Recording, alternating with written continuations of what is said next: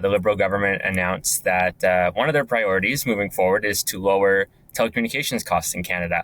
One of the things they said was that prices for services for both cell phone and internet are too high, and that there's not enough competition in the sector. So they've introduced a few different measures that they say that they'll roll out in the coming year or so. One of the things they say is that they're going to take a look at amending some of the regulations around building telecom infrastructure, making that a bit easier. Another thing they say they'll do is a so-called dig once policy when it comes to some of the major projects that Ottawa wants to introduce. With that, they say that for telecommunications companies building fiber optic lines, they're going to try and have a bit more coordination so that basically that can be done as these projects are being built.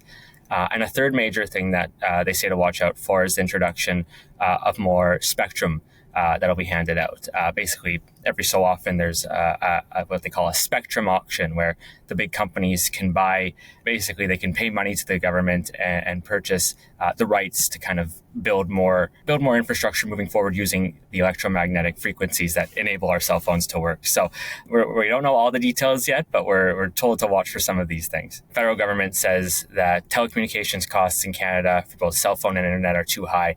That's a characterization that the industry itself has long disputed.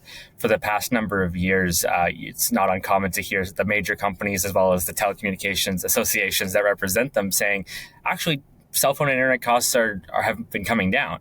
And there's some statistics that kind of bear that out. Between 2020 and 2024, Statistics Canada's inflation report show that the cost of telecom services have come down by about 50%.